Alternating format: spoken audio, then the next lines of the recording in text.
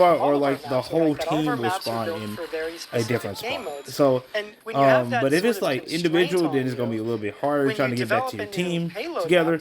But if it's like one person after another, like if it's the whole team that spawns in at the same time at the same point in that same random point, then that's different.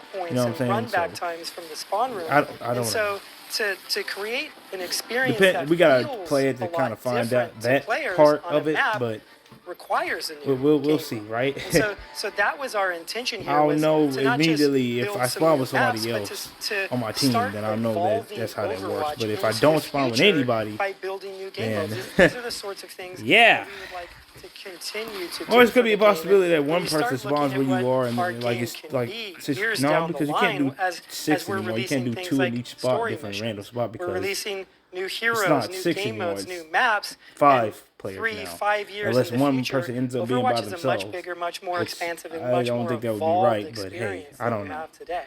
Yeah, and I think just seeing some of these locations and like building upon the story, like we were talking about, in the past in PvE, right? With like expanding Kings Row, and like obviously we have a Junkertown map, and then see like New Junk City. It's got to be fun, Daniel, for you guys to look and be like, okay, what can we expand on, right, and show more of that side of things. Absolutely. In Junk City, for example, you can actually see Junkertown in the vista. Oh, that's cool. Right? Oh, We've okay, tried to cool. give some kind of connection to those and call back to the original map because it was, so influential. But we can't talk about Junk City without talking about India first. And that one, we built that as an assault map originally. But when we cut to CP, we decided, it'd be a perfect opportunity for Flashpoint because we really wanted to represent, that location in our world. So, that was the first one we built, and we learned a lot, which we took to Junk City.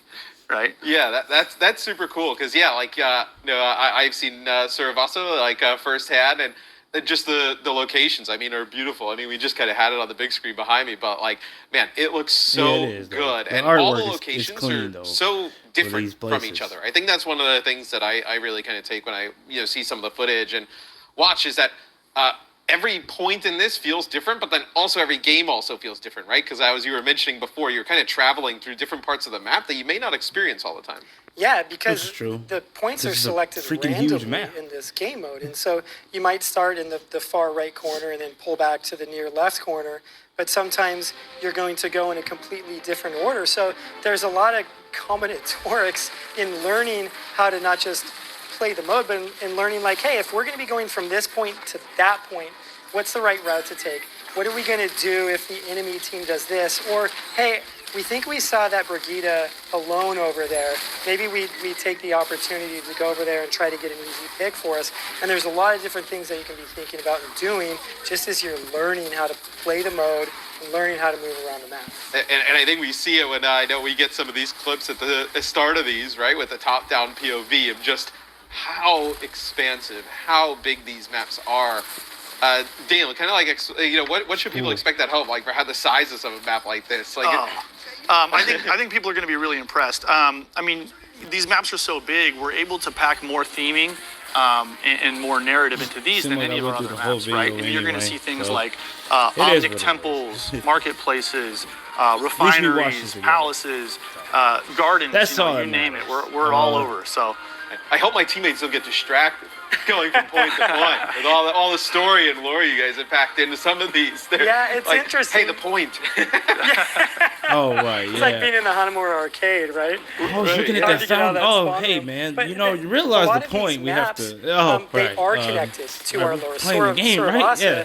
Mandata's learning center was built near Suravasa, and Mandata was Zenyatta's teacher.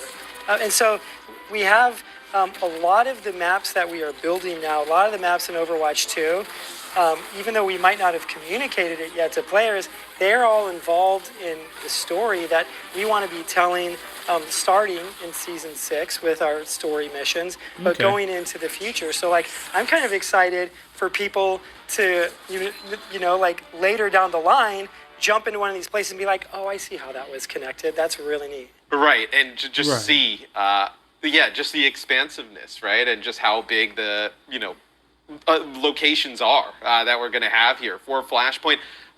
Daniel, how complex was this to do? I mean, realistically, that had to be really difficult. Yeah, I mean, it was a lot of back and forth.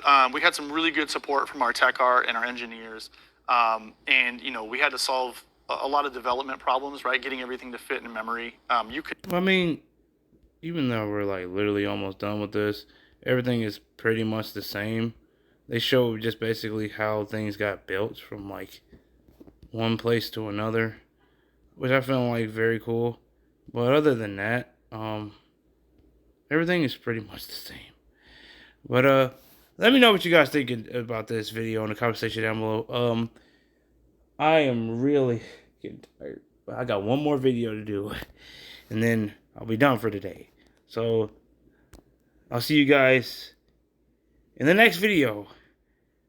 Peace out.